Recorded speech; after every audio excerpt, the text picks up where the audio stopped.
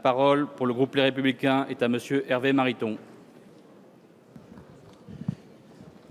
Monsieur le Premier ministre, vous avez dénoncé vendredi les dégâts considérables résultant d'augmentations d'impôts que vous avez décidées depuis le début de ce quinquennat. Il est vrai, Jean-Marc Ayrault avait annoncé aux Français que 9 sur 10 seraient épargnés. La réalité est que tous les Français ont payé davantage. Alors, Monsieur le Premier ministre, aujourd'hui et demain, en 2016, l'Observatoire français des conjonctures économiques, en général aimable à l'égard des idées socialistes, le FCE nous indique que les prélèvements obligatoires sur les ménages seraient au taux le plus élevé de l'histoire de notre pays, plus de 28,2% de la richesse nationale. C'est en effet que les ménages ont payé en 2014 10 milliards de plus d'impôts, 5 milliards de plus en 2015, paieront près de 4 milliards de plus en 2016. Vous avez beaucoup taxé les familles et vous abusez du prétexte de la fiscalité écologique. Les consommateurs d'électricité auront payé plus de 5 milliards en 4 ans.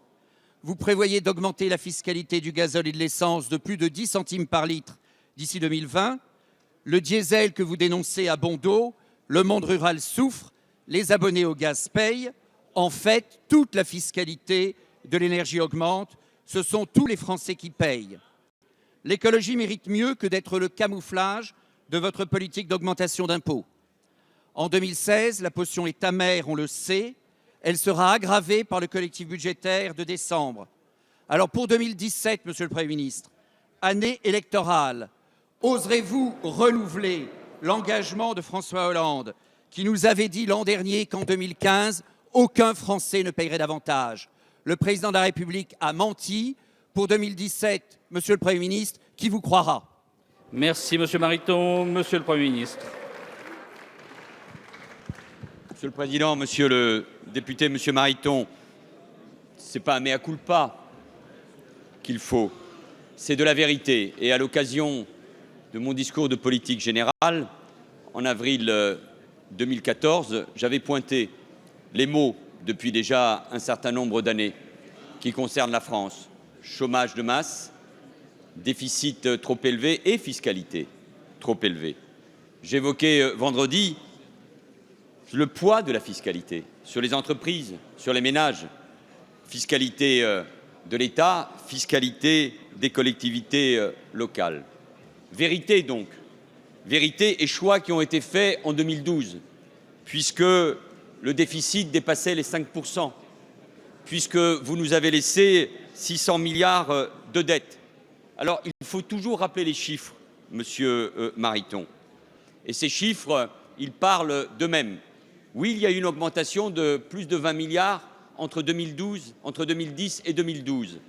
Et tout autant depuis 2012. On pourrait rentrer dans le détail et savoir qui a été véritablement imposé. Mais il y a eu cet effort de redressement qui a pesé sur les Français, qui a été demandé pour faire face au déficit et à l'endettement. Je veux rappeler que pour les seules entreprises, la majorité précédente a augmenté la fiscalité de 16 milliards. Entre 2012 et 2014, la majorité actuelle de 18 milliards. Et nous sommes, grâce au pacte de responsabilité, en train de baisser les charges et la fiscalité de 36 milliards. C'est le cas encore avec le vote de la loi de finances.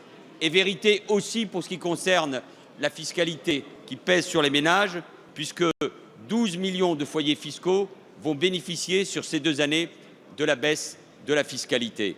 Vérité donc, et Monsieur Mariton, ce que je vous demande moi aussi, c'est d'être au clair sur ce qui a été fait auparavant et qui nous a amenés à redresser les comptes publics dans les conditions que je viens de rappeler, et vérité par rapport aux Français pour le futur. Comment allez-vous faire pour financer à la fois des priorités, sécurité, défense et emploi, tout en voulant baisser les dépenses publiques de plus de 100 milliards, comme tous les candidats de votre parti à la primaire le proposent, sans baisser les impôts? C'est vous qui mentez aux Français. Merci Monsieur le Premier ministre. Pour le groupe socialiste républicain.